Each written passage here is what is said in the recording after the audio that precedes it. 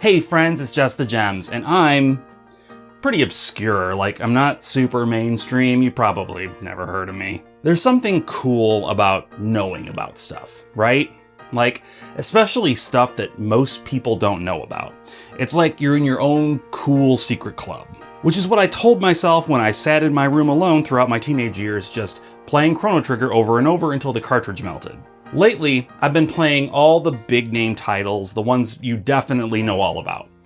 But that got me thinking about some of those weirder games, the ones that are more off the beaten path.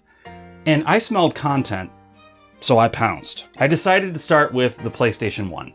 This was sort of the second golden age of JRPGs in the West, and there are a ton of great ones that are really well known. But there are also a bunch that just flew under the radar. So, buckle in.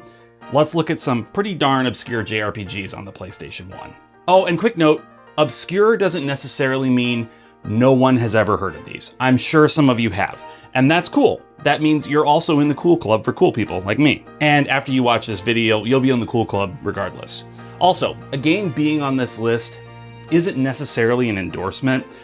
There are some games on here I do not like, and I'll tell you about them when we get there.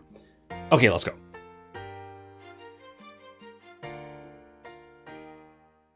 Thousand Arms intrigued me when I was a kid, mostly because it purported to let you date anime girls, an idea which 16-year-old Brandon was very into. In execution, Thousand Arms is a bit of an oddity, even more than the premise would suggest. You're a spirit blacksmith, and you forge weapons using the power of girls. Like, you get close with girls, and their power helps you forge weapons? Look. It's an anime dating sim RPG. I think we've left the realm of rationality behind. Embrace your inner weeb. So anyway, you travel around fighting monsters and going on dates with the various girls, and I've got to be honest with you, the gameplay loop really didn't appeal to me in this one. I mean, it's not terrible, it's definitely not unplayable, and I did like the fact that the writing is pretty funny, like often in a cringy way, but I'm okay with that. Still, it's a really unique premise and one of those big swings in game design we used to see way more from bigger companies back in the old days before games cost $1 billion to make and therefore need to be as safe and standard as possible. Does that originality make Thousand Arms worth the $150 it goes for complete in box these days? Well, somebody thinks so because they just bought my copy from me on eBay. I wish you well, Thousand Arms. You're an obscure weirdo and I was glad to get to know you. Au revoir.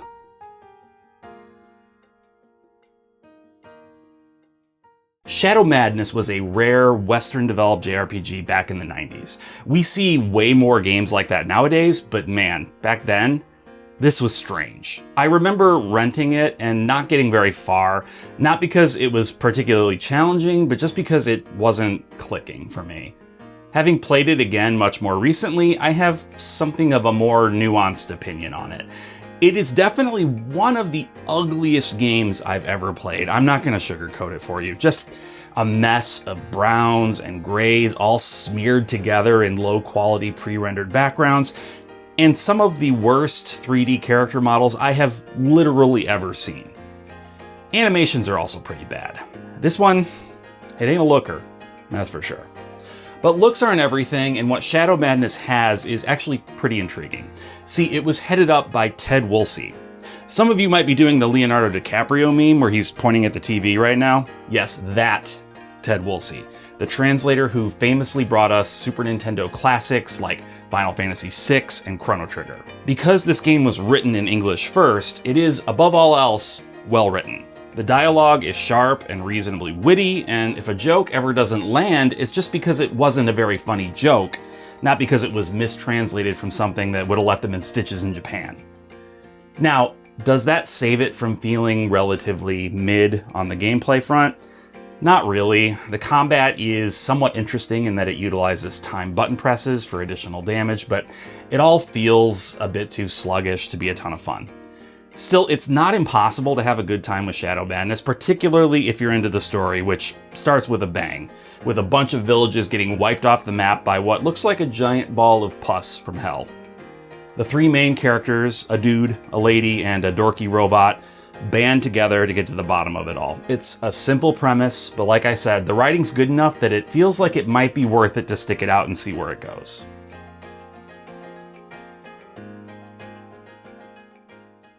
Alundra came to us in the US from Working Designs, the company infamous for its fast and loose translations, which were full of that particular brand of rebellious 90s humor.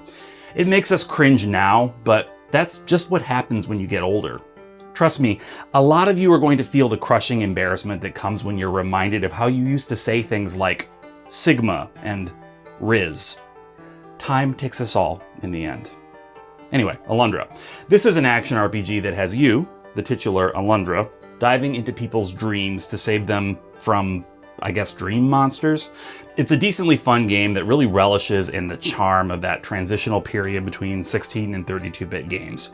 You know, when developers had the power to make their games in 3D, but decided, nah, that looks janky, let's just make a really pretty 2D game instead. Alundra wanders around both the real world and the dream world, solving puzzles and killing bosses. It feels a little closer to a Zelda game than a lot of action RPGs we think of nowadays, though there are enough RPG elements that I don't think anyone would argue about its status. I mean, I guess people will argue about anything, but you know what I mean.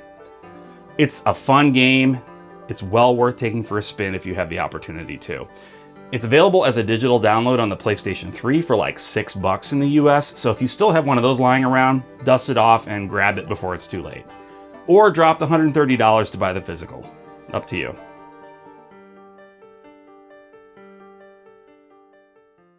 I feel like Saga Frontier 2 is overlooked a lot. I mean, I guess that's why it's on this list, right?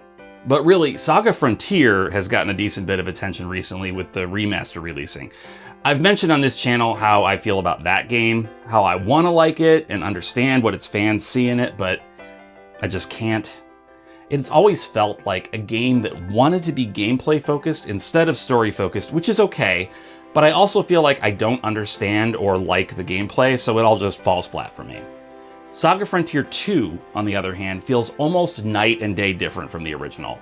Rather than giving you a big list of characters to choose from, in 2, you play through the stories of just 2 characters, Gustav the 13th and Will Knights. The story is pretty light from the get-go, which isn't super surprising to me, though it does take some twists down the road. But there are way more things going for this game than its predecessor. For one, right from the beginning, the art style is just so much better. It abandons the pre-rendered backdrops in favor of hand-painted watercolor artwork that, even on an HD TV, still looks gorgeous to this day. It's so much more interesting to roam around this world than the originals, even if you still move way too fast given the relatively small size of each screen. The combat is not too different than other Saga games, but I think because the rest of the aesthetics work so much better for me, I have way more patience for the Saga system here. It's like the others in that you learn new skills randomly in combat and your characters don't level up in the traditional sense. They get stat boosts randomly after battles. It can definitely make things frustrating when you've managed to survive a super harrowing battle by the skin of your teeth and end up with literally nothing to show for it. But by and large, the weirdness of the Saga system doesn't feel like a detriment here like it did in the previous game. I really do hope this one gets a remaster. I don't know how they do it, unless they happen to have all the original artwork in a vault somewhere. Short of just completely repainting everything, I imagine it would be pretty tricky. But I think even more than Saga Frontier 1, 2 deserves more time to shine. Hey, real quick, hope you're enjoying the video, and if you are, would you mind clicking like so the algorithm knows it? It helps a lot, as does subscribing if you're not already. I really, really, really appreciate it. Okay, back to it.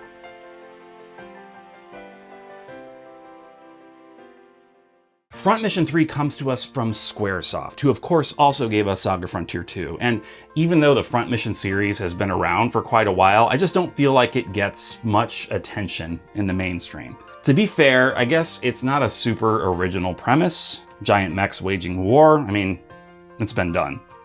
But in actuality, Front Mission as a series is really at the forefront of that whole subgenre. It's just unfortunate we never saw a Front Mission game in the West until Front Mission 3. The story here is about a war between 2 groups of nation-states, and interestingly, the plot actually splits at one point, allowing you to explore 2 completely different stories. But regardless of how you choose to proceed, the game stars Kazuki Takamura and Ryogo Kusama. two buds who test Wanzers for a living. That's Wanzers with a W. Basically, your standard giant mech suits. Combat plays out like most any strategy RPG, with each character taking a turn to move and attack. In Front Mission 3, both your and the enemy's Wanzers have various parts that can be damaged, which affects how they handle in combat. Destroy the legs and their movement is severely limited, or destroy an arm and whatever weapon was equipped on that arm is unusable. It adds a cool layer of strategy to the proceedings, which elevates it above the standard move attack of a lot of older strategy RPGs. This one is supposedly getting a remake just like the first two did, although I don't think I've heard much about it in like 3 years, but the website is still up, so I guess that's a good sign, maybe? Here's hoping it makes it out so that more people can finally enjoy it.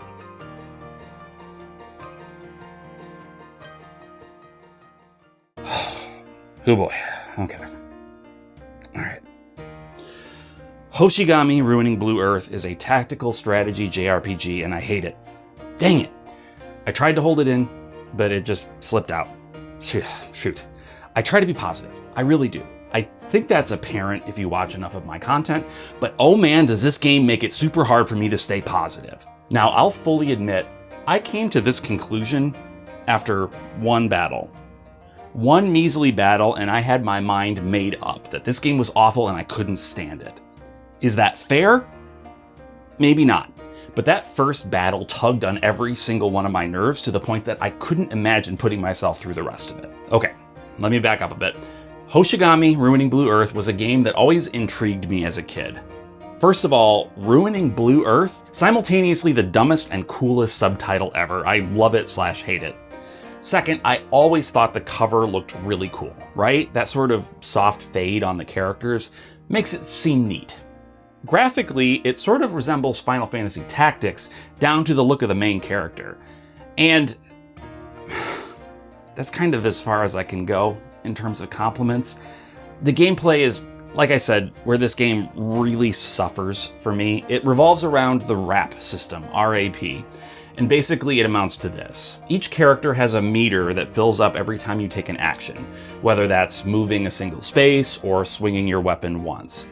You can continue taking actions until your meter is full, or you can even slightly overfill it. This means if you remain stationary, you can attack an enemy with a single character multiple times in a row. Cool, yeah?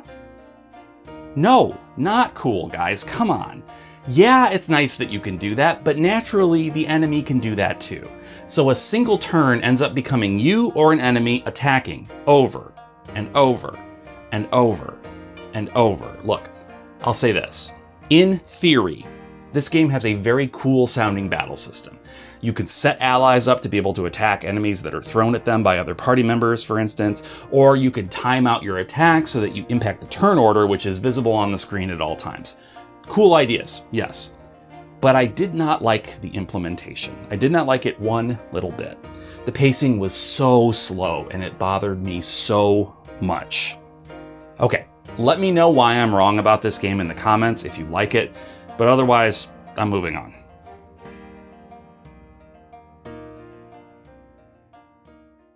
Okay, let's contrast that last game with a 32-bit strategy JRPG I actually like quite a bit. Vandal Hearts. Vandal Hearts, in a lot of ways, feels like the polar opposite of Hoshigami. Instead of being overly complicated, it keeps it simple. Instead of mimicking Final Fantasy Tactics' look, it has one all of its own. There are a ton of strategy RPGs available to us nowadays, but back in the PlayStation era, it was a relatively underutilized genre, at least for us here in the West.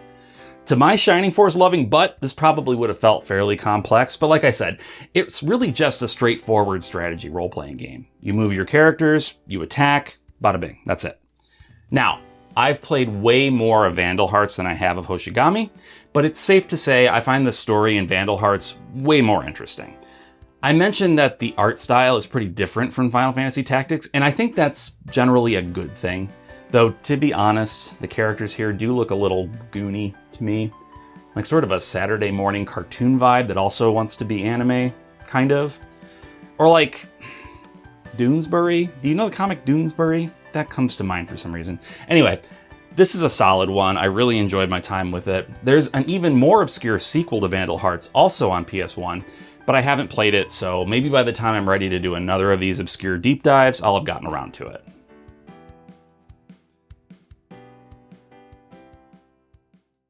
Last but not least, let's talk about the Grandstrom Saga. Or is it least? No, Hoshigami's least. Okay, so the Grandstrom Saga comes to us from Quintet. You might recognize Quintet as the developers behind some of the most beloved action RPGs of the 16-bit era, like Soul Blazer and Terranigma and Illusion of Gaia, or Illusion of Time, if you're a pal. I had very low expectations for this one, mostly because I didn't realize it was made by Quintet at first, and also because all the characters are completely faceless. Just a very weird design decision. Like, stick some texture mapped eyes on there, for crying out loud. Just straight up Clive Barker nightmare fuel, seriously. But anyway, this is an action RPG, but it plays quite a bit differently than previous Quintet games. Every battle is a duel between you and an enemy, and you have free movement in 3D around your opponent. You have access to weapon and magic attacks, and you have a magic scepter that lets you record certain objects you find to, I guess, make copies of them. It's not super clear to me what exactly the scepter is doing. Also, are you picturing like a staff when I say scepter? That's what I'd have thought too, but it's actually like a gauntlet or something. I would love to know how the word scepter came to be used for what is clearly by no definition I know of anything like a scepter. But nomenclature nitpicking aside, I actually kind of like this one. It's super old school, but keep in mind, this was among the first action RPGs to go full 3D. That's noteworthy in and of itself. But beyond that, it has interesting characters and a plot that's way more than I had prejudged it to have, and the combat is challenging, but not too frustrating. Definitely worth a look. And that's it for now. What do you think? Any obscure JRPGs I missed on the PS1? These were the most obscure ones I have in my collection, or at least the ones I haven't really talked about much before. Let me know if you have any others in mind. Always happy to expand my horizons. Once again, if you wouldn't mind liking the video and subscribing, it really helps the channel out a lot. Anyway, hope you enjoyed this, and until next time, bye. Au revoir. Au revoir. Au revoir. Why did I write French into my script? Stupid.